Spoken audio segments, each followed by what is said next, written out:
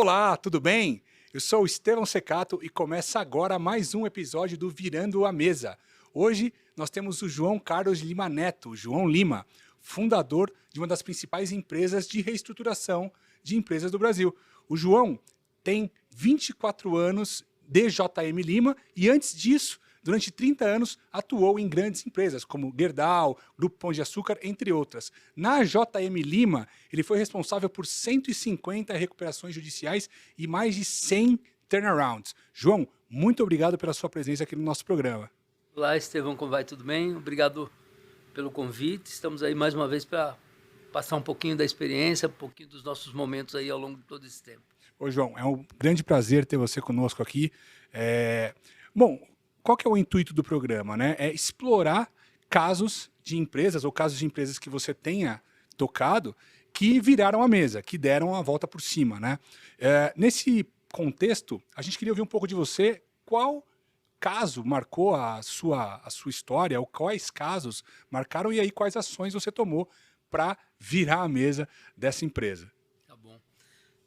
Foram vários casos, né? Ao longo de todo esse tempo a gente trabalhou em grandes processos de reestruturação, alguns com a recuperação, outros sem recuperação, mas um emblemático, e eu acho que é o que deu o pontapé inicial para a nossa carreira na área de reestruturação e para o reconhecimento da JM Lima no mercado, né? Eu tenho bastante orgulho de falar do caso da Jandaia, né?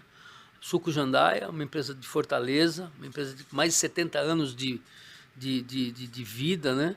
E que passava por uma crise profunda. Estamos falando aí de 2010, né? A empresa tinha uma crise profunda, a lei de recuperação à época ainda era bem pouco explorada, e quando nós fomos visitar a empresa, fomos inclusive levados por um grande credor da companhia, que nos levou para ajudar a avaliar a companhia e entender quais seriam os próximos passos e se de alguma maneira ele, como credor, tinha alguma expectativa de solução do problema dele. É comum um credor provocar esse tipo de conversa, esse tipo de ajuda externa, né? É bastante comum.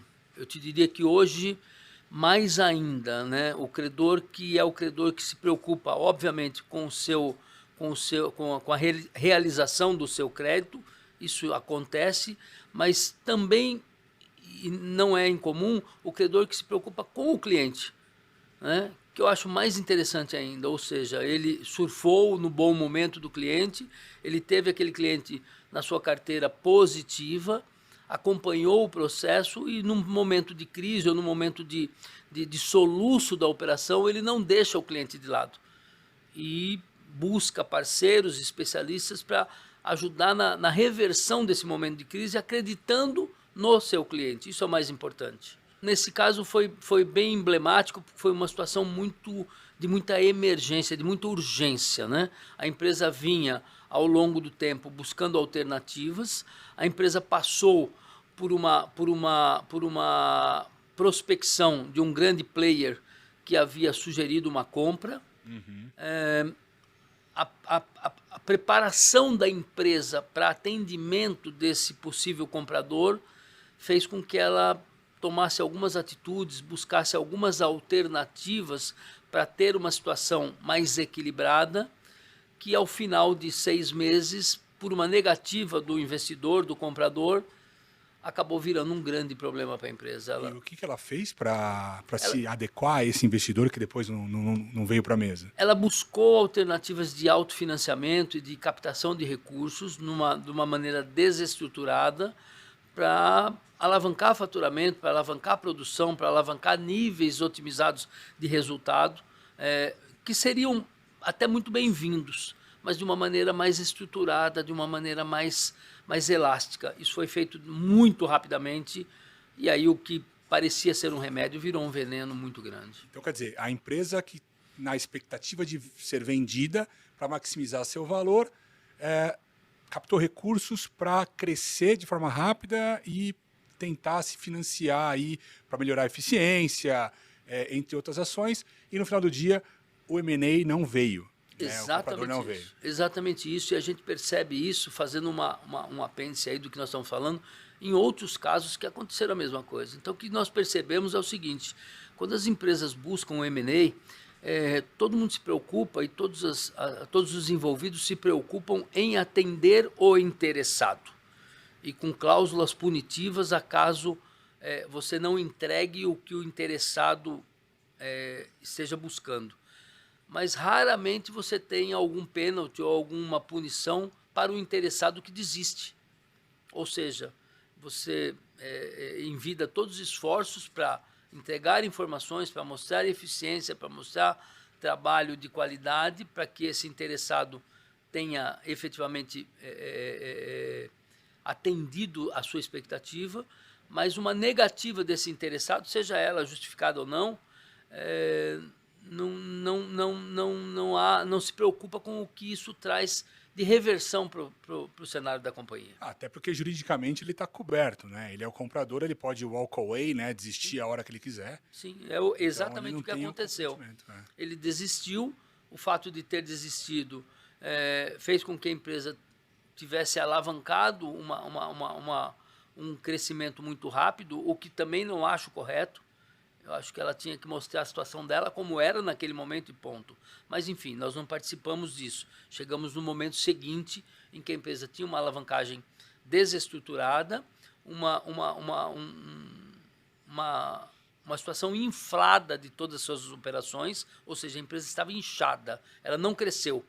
A alavancagem e a busca de recursos para buscar resultados, ela não trouxe resultados, ela trouxe inchaço. Qual que era o tamanho? Como que era o diagnóstico? Nós estamos falando hoje, e eu posso falar de números, porque isso é público, isso se tornou uma recuperação judicial, nós acabamos com um passivo de 200 milhões de reais. Falando em 2010, isso é um número muito expressivo. À época, uma das recuperações mais representativas do Brasil. E como é que era composto esse passivo? Para quem que ele estava devendo? Estava devendo 70% para bancos e FDICs e 30% para fornecedores. Tudo criografário ou tinha garantia real no meio? Como é que é? Pouquíssima garantia real.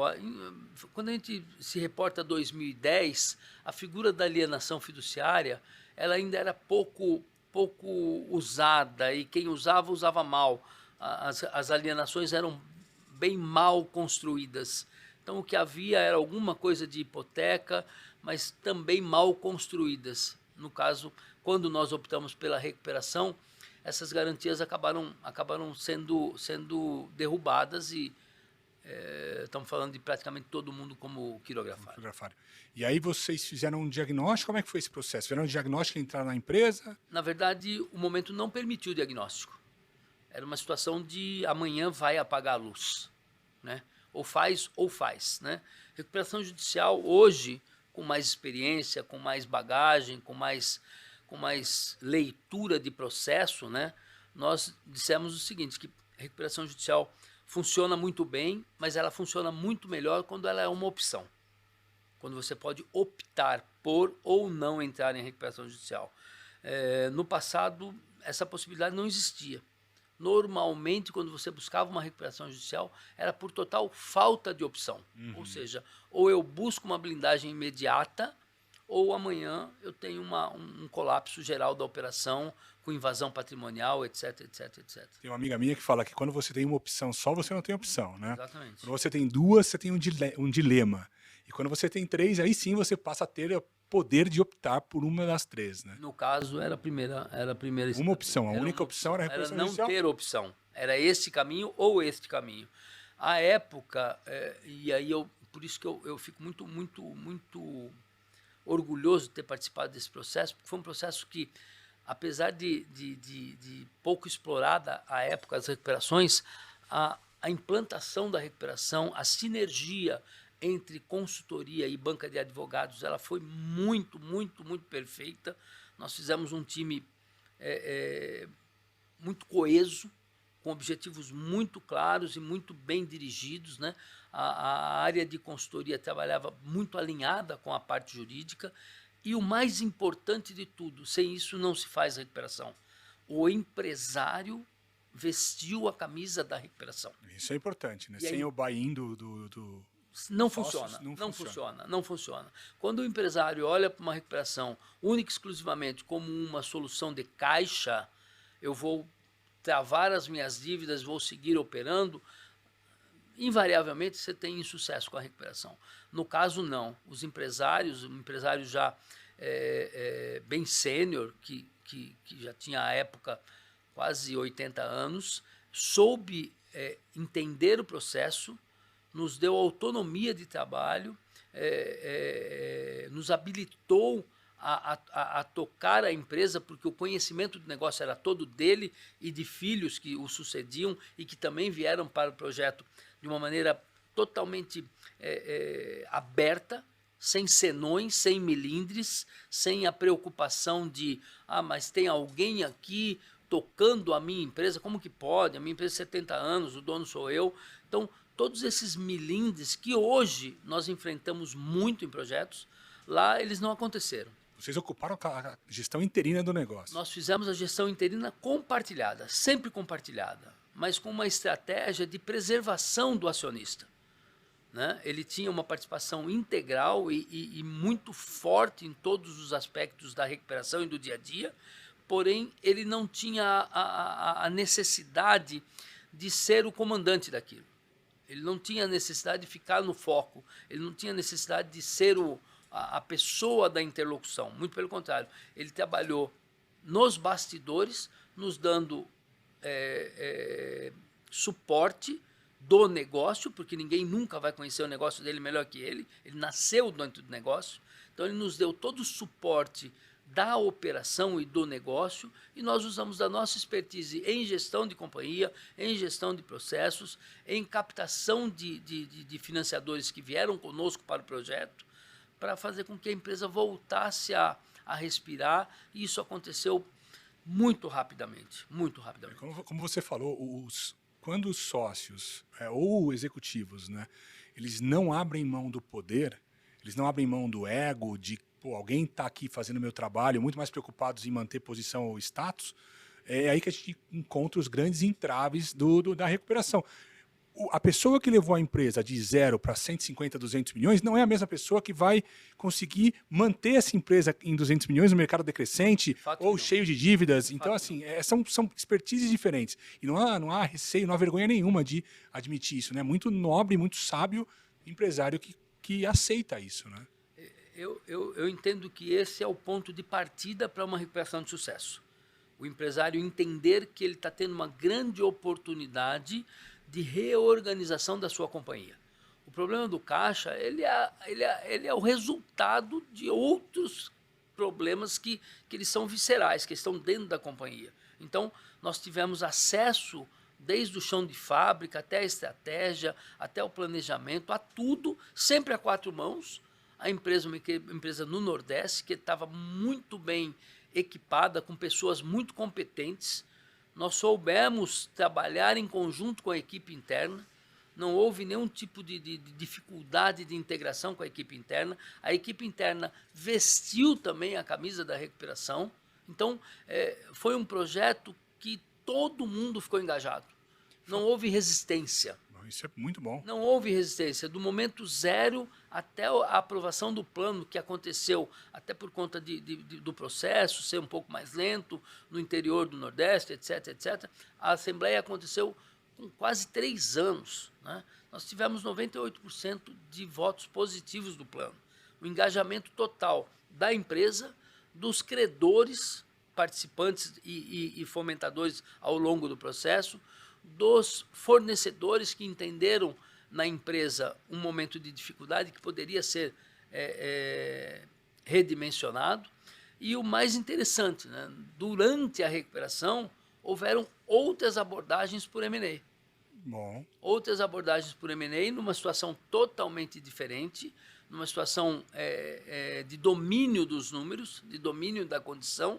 E aí o empresário falou, bom, agora quem não quer vender sou eu. Ô, João, me conta uma coisa. Quando você entrou na empresa, você falou que ela estava inchada e o faturamento não tinha crescido por conta do endividamento.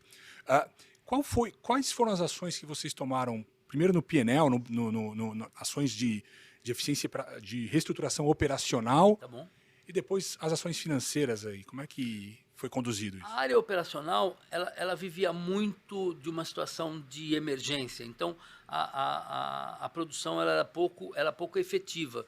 nós tínhamos muitas paradas de máquina, nós tínhamos muitos setups, nós tínhamos muita descontinuidade de processo. E quando você fala de alimento, né, isso é sempre muito complicado. O setup de uma máquina pode levar horas para você reativar, voltar com outro produto. E era erro de programação de produção.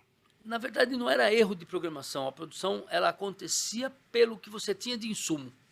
Sim. Então, o ponto de partida de produção era que matéria-prima eu tenho hoje.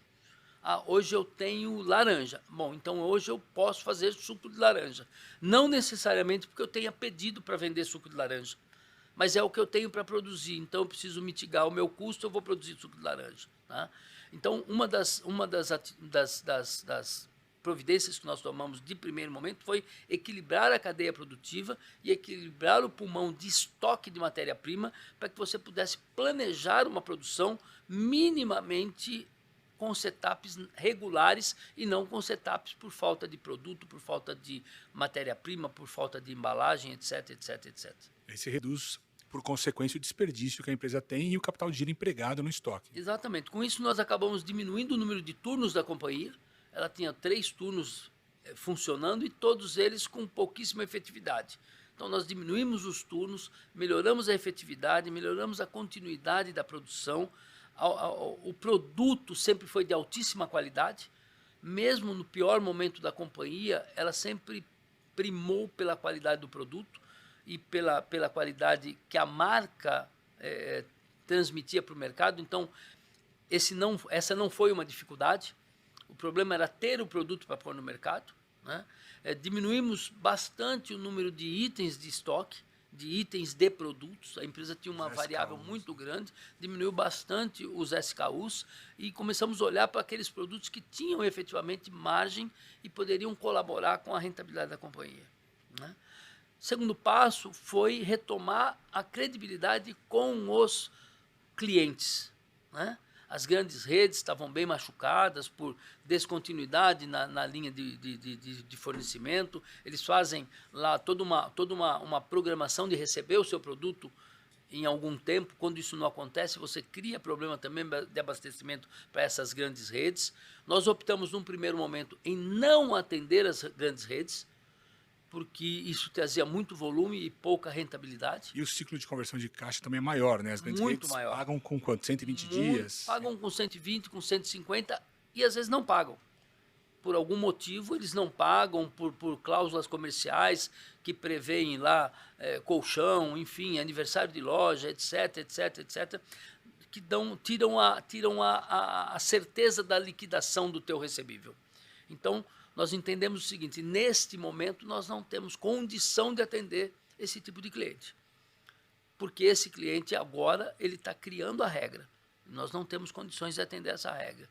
Então a empresa voltou no tempo, começou a atender varejo e atender pequenos distribuidores, criou com isso uma linha mais contínua de produção e de fornecimento. Obviamente, com isso, nós diminuímos um pouco o nível do faturamento, mas com muito mais margem. Você redimensionou a equipe comercial também?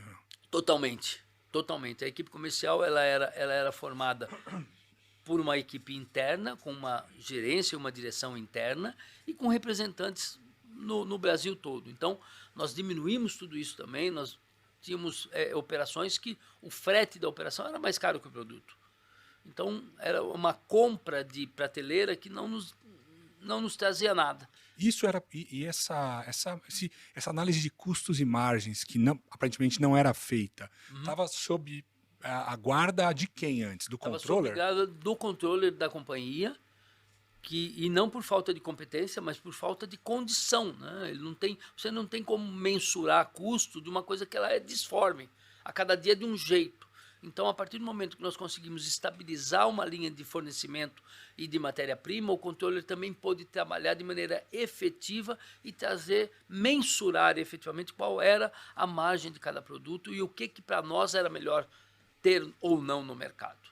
Foi dessa maneira que nós começamos a reconstruir o nome Jandaia no comércio, no mercado e e nas distribuidoras e nos grandes players. Do ponto de vista de custos indiretos, né, SG&A, folha e tudo mais, estava inflado também? Não, não estava. Não, não estava. A empresa ela já tinha passado até pela necessidade, pela falta de condição, ela já havia passado por uma diminuição bem grande de todo esse custo do dia a dia, né? Então aí foi muito mais realocação e até em alguns casos buscar de volta alguns profissionais que foram perdidos com o tempo para trazer mais qualidade, mais resultado para a companhia. Agora, esse ajuste de estoque necessitou de capital, ou Mais não? ou menos, mais ou menos.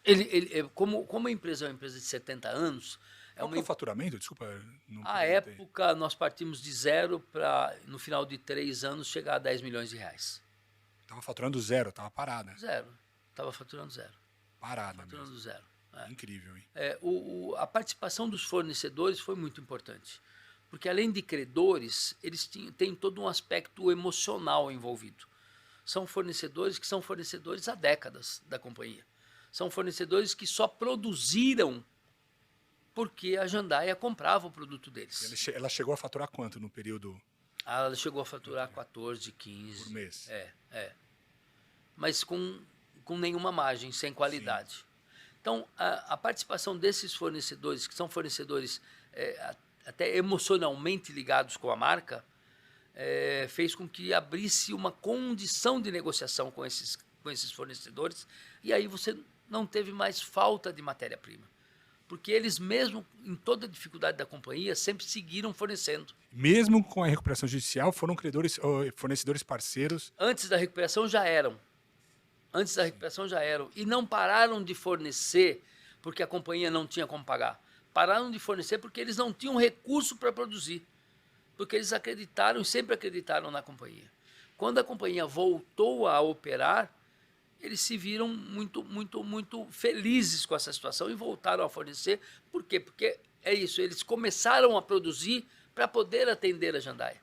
Então, a ligação emocional, nesse caso, foi muito importante. Agora, teve a atuação de vocês também nesse processo de convencimento. Não tenha dúvida nenhuma. Todos os fornecedores foram sendo chamados, um a um, explicando a gente a figura da recuperação. São produtores rurais, pessoas com pouco esclarecimento do que isso significa, na verdade, mas eles foram muito receptivos ao novo momento. Eu acho que quando você explica, é claro, transparente, sobre o que está acontecendo e que a melhor solução é aquela, eu acho que você rompe um pouco essa barreira de resistência, né? Mas é muito importante, Estevão, você entender qual é a linguagem que você tem que usar com quem. Então, nós estamos falando de produtores rurais, pessoas humildes, com pouco esclarecimento sobre legislação, sobre o que significa uma recuperação, sobre o que significa não receber para receber mais para frente. Então, você tem que também descer um pouquinho o degrau, sair um pouquinho daquela posição de executivo, de CEO, de CFO, para conversar a linguagem que esse produtor rural precisa. Ter a paciência para explicar, transferir credibilidade para esse produtor rural. Isso foi feito a 4 mãos, entre nós e também os acionistas da Jandaia, que tinham essa proximidade com todos esses produtores. Então, eles se sentiram acolhidos. E, por conta disso, nos ajudaram muito na recuperação da companhia. E aí, nesse aspecto, você, obviamente, recuperando a receita e com margens agora mais adequadas, a margem começou a entrar, né? Então, a margem começou a entrar e isso se refletiu rapidamente em estoque. Qual é o grande desafio de uma indústria que vive da safra, seja ela do que for? No caso lá, era do caju. É você estar abastecido no período fora da safra. A safra do caju ela vai de agosto a outubro, mais ou menos, tá? Então você tem de agosto a outubro para comprar caju para te atender até agosto do próximo ano. Então, esse é um desafio muito grande, é um desencaixe muito grande, é uma movimentação muito grande. Até a armazenagem também é um desafio, né? É que a empresa sempre foi muito bem equipada. Então, ela tinha toda essa condição de armazenagem, mas ela não tinha fornecimento. No final do segundo ano da nossa gestão, nós tínhamos já dentro de casa estoque para mais 2 anos. No final do segundo ano? No final do segundo ano. Em 2 anos, nós recuperamos a condição de estocagem e recuperamos a condição de produção contínua para mais 2 anos. Ou seja, se nós tivéssemos algum problema de safra, de fornecimento, etc., etc., você teria aquela matéria-prima por mais 2 anos, dentro de casa. Muito bom. E do ponto de vista do balanço patrimonial, como é que você encontrou e como é que você resolveu? O balanço patrimonial ele tinha alguns pecados, né? Mas todos eles voltados ao quê? A busca de recurso, a busca de crédito, a busca de operações financeiras que fazem com que você crie condições no balanço ou tente mostrar no balanço uma situação diferente da real. Então, isso também foi tratado durante o período da recuperação. Nós usamos esse argumento dentro da própria recuperação e mostramos que a inconsistência do balanço patrimonial ela se dava por descontrole, porque a empresa passou por sérias dificuldades, teve que abrir mão de profissionais mais especializados e, infelizmente, por conta disso, o descontrole ele aflorou e isso acabou se refletindo também nos balanços. E aí a dívida você renegociou dentro do contexto da recuperação judicial. E como é que foi essa negociação? Essa negociação, à época, talvez eu possa estar errando em alguma coisa, mas o plano de recuperação ele previa um pagamento em até 18 anos, com um haircut de 50% ou 60%, algo como isso, mas isso acabou sendo atenuado ao longo do tempo com a participação dos credores como credores colaboradores. Então, poucos dos credores acabaram tendo todo esse peso de haircut imposto no plano. Eles acabaram ali continuando financiando a empresa com financiadores, e taxa, recuperando em operações. Exatamente. E foi fácil negociar com eles ou teve alguma não foi fácil, mas também não foi nenhuma grande batalha. Por quê? Porque nós tínhamos por trás da nossa recuperação um nome de 70 anos. Uma empresa que trabalhou muito bem durante muito tempo. Uma credibilidade intrínseca na marca, né? A nossa equipe também foi uma equipe que soube dar transparência para toda a negociação, soube dar transparência para tudo aquilo que estava sendo feito e soube dar resposta aos credores, aos administradores judiciais que passaram pela companhia, enfim. O modelo da transparência e da segurança, eu acredito que foi o pilar de sustentação dessa recuperação. E ela teve quantos anos? A empresa ficou em recuperação judicial por quanto tempo? Na verdade, nós levamos 3 anos para aprovar o plano. O plano foi aprovado em 3 anos, nós ainda ficamos por mais 1 ano fazendo parte do conselho da companhia, né? E depois desses 4 anos, aí saímos do projeto. Hoje a empresa, não sei te dar detalhes de qual é a situação da empresa hoje. Mas formaram executivos ali para perenizar o trabalho que vocês fizeram durante esse prazo de recuperação. Sim. Na verdade, eles realocaram executivos já da companhia e seguiram no mesmo formato. A família ainda é muito atuante no projeto. Ô, João, me fala uma coisa. Você falou que os executivos ali e a família compraram a ideia. Sim. Não teve nenhuma barreira de resistência, nem por parte dos executivos, nada? Como é que foi? Foi um processo totalmente... Não teve. Não teve. Foi muito. Ensina pra gente aí qual técnica que você usou, porque nos projetos que eu toco, eu encontro muita resistência, assim, demais. Eu entendo que ali o grande mérito foi pela condução patriarcal do dono da companhia, Dr. Cláudio Figueiredo, que tinha um domínio que eu nunca vi igual sobre uma empresa ou sobre os colaboradores da empresa. Deveria liderar por exemplo. Ali. Liderar por exemplo, liderar por simpatia, liderar por empatia a todos. Então, o que era uma imposição nunca foi colocado como imposição. Foi colocado como, olha, gente, esse é o remédio que nós precisamos tomar e tomar juntos, para que a gente possa, sair do outro lado. Então, eu reputo, não tenho dúvida nenhuma, a nossa competência técnica, a competência técnica do pessoal jurídico, não tenho dúvida nenhuma, mas a sustentação de tudo isso e a eliminação de resistências, ela se deu também por um comando sensacional do executivo da companhia. E ele foi o fundador da empresa, ou é a segunda geração? Não, ele era segunda geração. Ah, então, quer dizer, a família já era bem conhecida na Sim, cidade, na sim, região, já sim, tinha uma sim, reputação, sim, gozava de sim. reputação.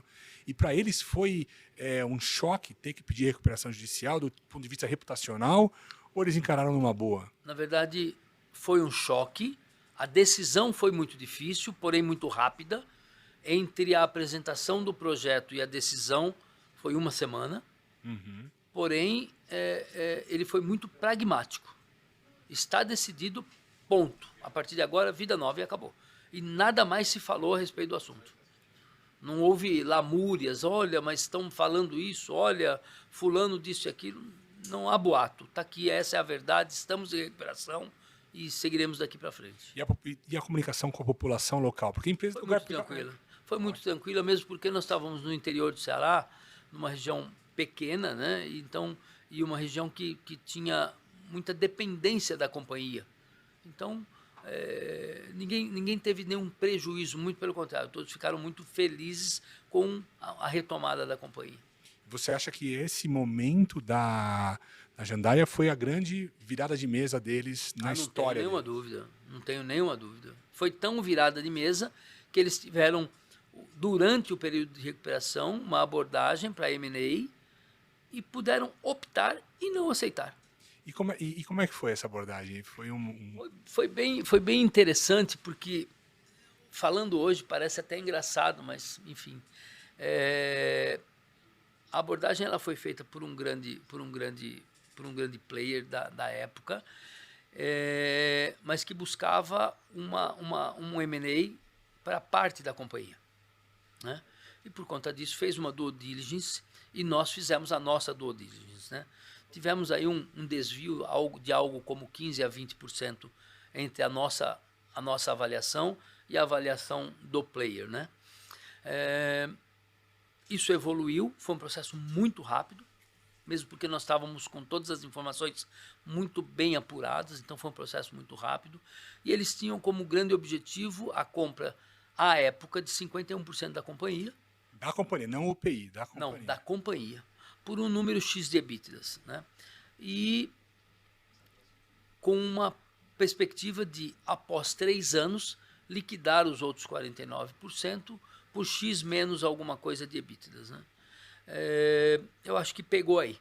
Aí houve um pouquinho do aspecto emocional envolvido e os acionistas entenderam que não, eu vendo a companhia, não vou saber ficar no dia a dia subjugado, ou seja, sendo o minoritário. É um grande dilema mesmo. Você ser minoritário de alguém que você não conhece ainda, ou pode até conhecer, mas que vai tomar uma decisão e que uma coisa que você mandava sozinho antes, agora você tem que compartilhar a decisão Mas com o eu terceiro. percebo hoje que isso talvez tenha sido faltou um pouco de habilidade do investidor comprador em colocar isso na mesa. Eles trouxeram isso de uma maneira um pouco truculenta, e essa truculência afastou o interesse do empresário em fazer a movimentação, mesmo porque naquele momento todos os indicadores mostravam a recuperação da companhia, como aconteceu, né? A recuperação da companhia, como aconteceu. Então, ele tinha poucos motivos para fazer essa movimentação. Você precisou trazer dinheiro novo para a companhia? Pouquíssimo, pouquíssimo, muito pouco, muito pouco, muito pouco. Eu lembro, é cabalístico isso, eu lembro que quando nós fomos contratados, o empresário falou, olha, nós precisamos de 10 milhões aqui para apertar o botão e começar de novo. Os empresários sempre sabem, né? Antes de você chegar, quanto precisa, né? Nós fizemos 2 capturas de recurso, uma de 500 mil e a outra de 500 mil depois de 2 anos. Nós nunca tivemos dinheiro clean na companhia. Nunca. Foi 500 mil reais do famigerado fomento que ficou rodando ao longo de todo esse tempo. Descontavam bastante? No começo, óbvio, 100%, né? 100%. Depois disso, Depois disso, nós chegamos a um nível de antecipação de recebíveis de 45%. Com todas as contas pagas, sem nenhuma conta essa concursal, com todos os impostos recolhidos, com 13º, folha, férias, tudo que sempre foi mecanismo de financiamento, todo ele em dia. E os imóveis eram próprios, os maquinários? Eram próprios e permaneceram próprios. A empresa não perdeu nenhum ativo. Perfeito. Ô, João, me conta uma coisa. A gente está num Brasil que milhares de empresas estão passando por recuperação judicial e por crise, né? E precisando virar as suas mesas aí, né? Se recuperar e superar esses momentos. Qual dica ou quais dicas, você que putz, já passou por 150 empresas aí, quais dicas você dá para essas pessoas, para esses empresários, né? Que geralmente são os que estão nos assistindo, né? Eu penso que a parte mais importante seria uma conscientização de necessidade antes de você superar o que é o razoável na sua alavancagem. Hoje nós percebemos, infelizmente, uma alavancagem não tão ortodoxa das empresas. Alavancagem ou dívida com relação à geração de caixa. Mas são dívidas mal construídas e construídas de maneira, como que eu posso dizer, pouco ortodoxas. Acho que é a melhor forma de se falar. Então o empresário ele lança a mão de várias ferramentas de reforço de caixa e ele vai se complicando a cada dia mais, se complicando também na pessoa física. E eu costumo dizer o seguinte: dever não é crime, mas dependendo da forma que você constitui a dívida, aí sim você se expõe ao crime. E isso hoje é o que a gente mais encontra. Nós temos muita dificuldade hoje de avaliar as companhias. Por quê? Porque o formato de alavancagem é um formato pouco usual e que tem complicado muito. E por vezes fraudulento, né? Falar a verdade. Essa é a palavra. Por vezes... Essa é a palavra, fraudulento. Fraude em balanço, é desconto duplicata fria, é dar 2 bens para uma pessoa só, para a mesma dívida. Mas esse é o tudo, ponto. Né? O pessoal... Esse é o ponto. Por conta da disponibilidade do crédito e por conta do número elevadíssimo de fornecedores de recursos no mercado, os empresários aprenderam a captar esse recurso de várias formas. E a maneira fraudulenta parece que eles gostam mais. Então, para virar mesa, a primeira coisa é parar de fazer isso, né? Eu acho que a gente precisa falar, desculpa se eu for muito direto, precisa falar primeiro de um posicionamento de caráter, entendeu? Porque hoje, para nós consultores, há uma preocupação muito grande quando você assina um contrato de prestação de serviço, tem uma grande chance de você estar fazendo uma associação ao crime. Você está emprestando seu nome e sua reputação para um criminoso. Não é remunerado para um criminoso. Para um criminoso.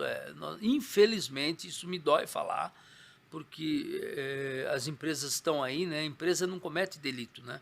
A empresa não emite título. Comete é o acionista, ou é o gestor, né? É isso. Então, eu acho que as pessoas deveriam voltar a se preocupar um pouco mais com a parte da fidúcia, com a parte da legitimidade, antes de lançar mão de subterfúgios aí pouco racionais, né? E até fraudulentos, porque isso inviabiliza qualquer companhia. Na verdade, o ponto é, você não pode entrar em desespero e fazer qualquer coisa ou a qualquer custo, dentro ou fora da lei, né? Porque dentro da lei, obviamente sim, né? Mas mesmo assim com os cuidados necessários para você não quebrar a empresa. Sobreviver 6 meses, 1 ano e depois vai lá e quebra o negócio. Mas fora da lei, como justificativa para uma ação. Eu fiz isso porque senão a empresa ia quebrar. Tudo bem, mas às vezes você está prejudicando o resto da sua vida inteira. Agora ela vai quebrar e você vai ser preso. Agora ela vai quebrar e você vai ser preso. A questão do próprio ICMS, sonegação fiscal. Tem vários aspectos que eu acho que hoje estão vindo mais à tona e que antes não eram tão discutidos. Eu acho que hoje nós temos um problema muito sério com a fidúcia. Esse é o grande problema. O acesso a crédito ele está sendo muito fácil. O volume de capital no mercado alavancado que os fundos precisam pôr para rodar, para remunerar seus investidores é muito grande, como nunca houve, e isso está deixando a régua muito baixa. Então, por conta disso, nós estamos vendo aí recuperações gigantescas como nunca vistas, né?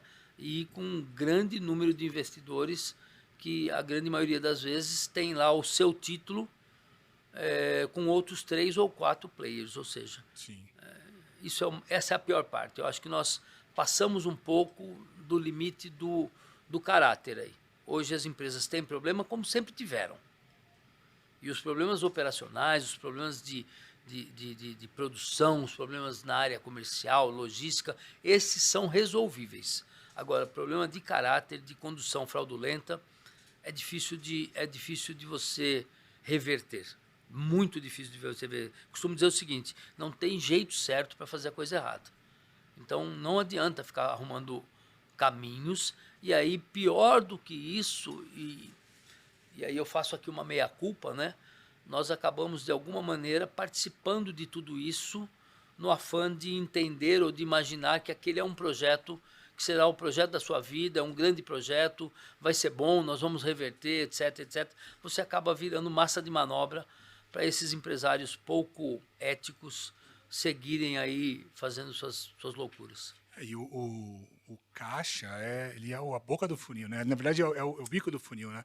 Então, tem um monte de problema que vão se acumulando aí ao longo do tempo e se refletem no caixa. E quando a gente pega uma empresa em crise, o que o dono fala? Eu preciso de 10 milhões. Com base em quê? Né? E aí, quem vai reestruturar essa empresa? Provavelmente vai ser uma empresa de consultoria ou um reestruturador que vai prometer para esse empresário um dinheiro X, uma solução Y, mesmo sem entender de fato o que aquela pessoa, aquele empresário está precisando, né? Então, eu acho que, falando para o público aqui, para virar a mesa também, tem que tomar muito cuidado com quem te aconselha.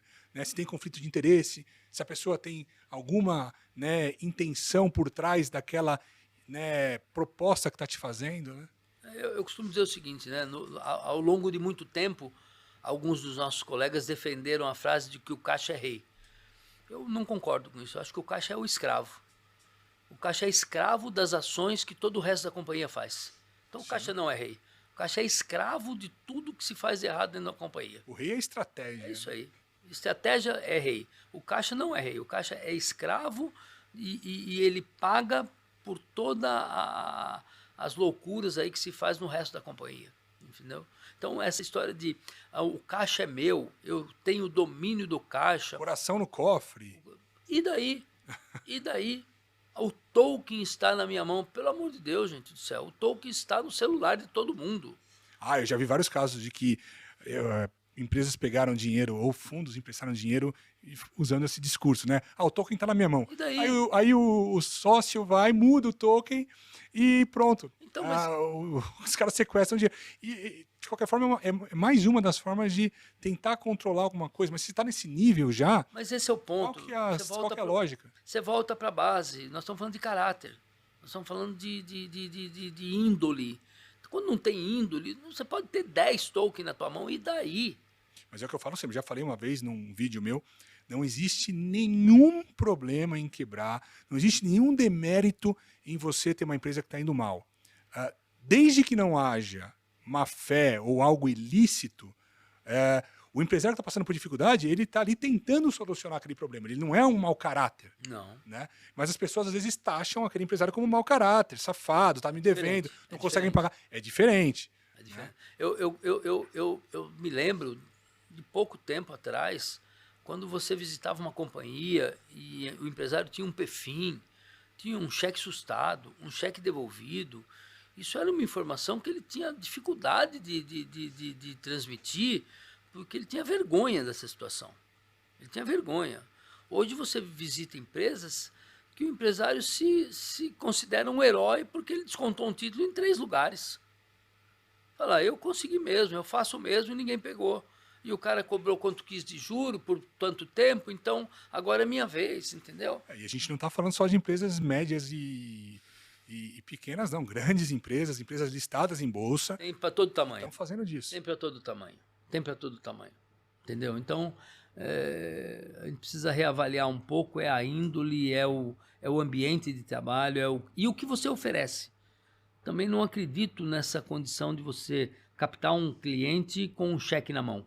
Olha, eu estou chegando e o cheque está aqui, eu vou chegar para colocar isso dentro do teu caixa. Você está criando a condição. Você está dando peixe e não a fora de pescar. Nisso, né? Não acredito nisso, de verdade não acredito nisso. Comercialmente pode funcionar, não tenho nenhuma crítica a quem faz, mas não é o nosso modo de trabalhar, não é assim que a gente desenvolve ou assim que a gente cria os nossos relacionamentos comerciais e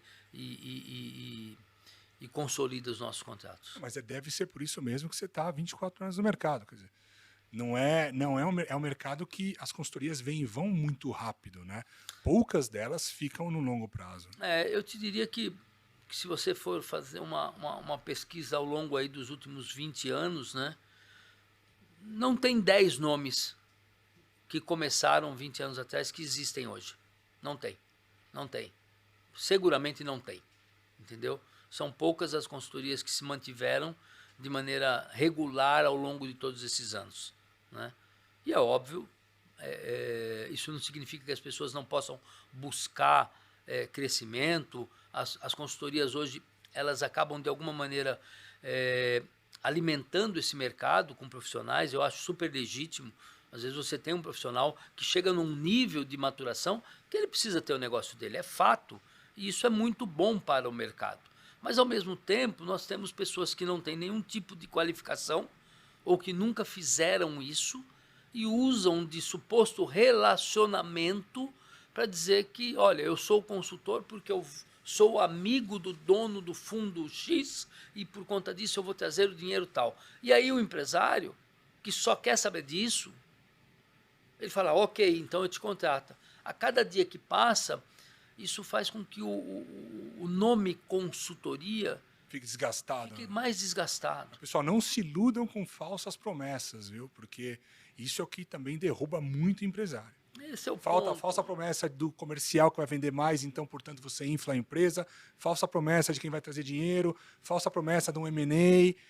Tem que ter uma visão muito realista, né? Agora o novo formato de mercado, né? Porque os empresários começaram a ouvir muito da consultoria o seguinte, olha, eu não vim aqui para fazer o seu caixa, eu não vim aqui para te trazer dinheiro, eu vim aqui para fazer uma gestão compartilhada, a 4 mãos.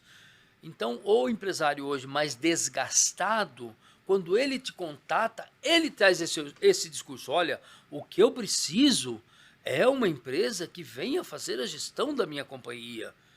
Porque está invertida a posição. Não é você mais que prospecta empresas. As empresas estão tentando prospectar consultorias. Sim. Então, o empresário começou a usar o discurso ao contrário. Porque o trabalho de virar mesa, o trabalho de superar a crise é super difícil. Então, super desgastante. Mas esse empresário que eu estou te dizendo, ele não está preocupado em superar e nem virar crise. Ele está usando isso como desculpa para contratar uma consultoria. Eles estão fazendo o discurso invertido. Olha, eu preciso muito que você venha para fazer a gestão da minha companhia. Eu preciso muito de organização, eu preciso muito de indicadores. Aí quando você chega, fala, mas e aí? E o dinheiro, cadê?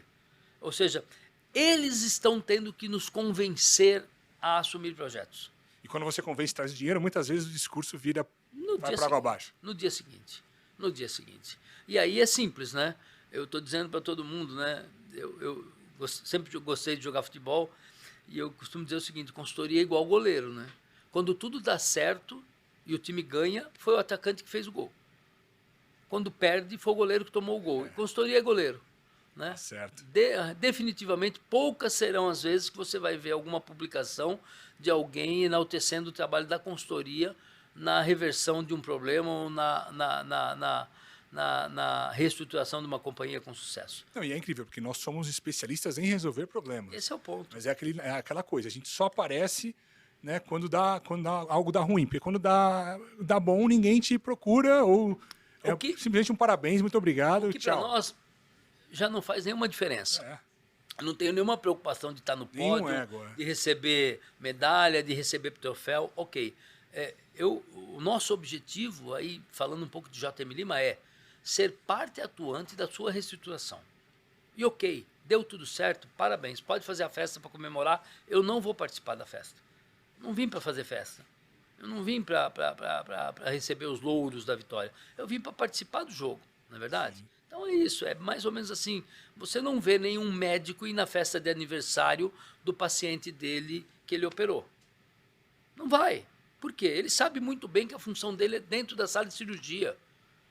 O paciente vem em situação crítica, ele atua, ele resolve, no fim do dia ele dá alta, muito obrigado, vai com Deus. Se no dia seguinte é o aniversário da pessoa, esse médico não vai estar lá. Pode ter certeza disso. Bom ponto. Médico não vai em aniversário. Médico não é convidado para o casamento da filha do cara que ele salvou. Isso não existe, entendeu? Então, para nós, isso não é um objetivo, participar da festa de comemoração. Não, o nosso trabalho, ele não precisa ser toda hora reconhecido para o público externo. O nosso reconhecimento está na realização do que nós fazemos no dia a dia da companhia. É mais ou menos assim. Perfeito, João. João, obrigado Imagina. pela sua presença. Pessoal, muito obrigado. Terminamos agora mais um episódio do Virando a Mesa e até o próximo. Um abraço.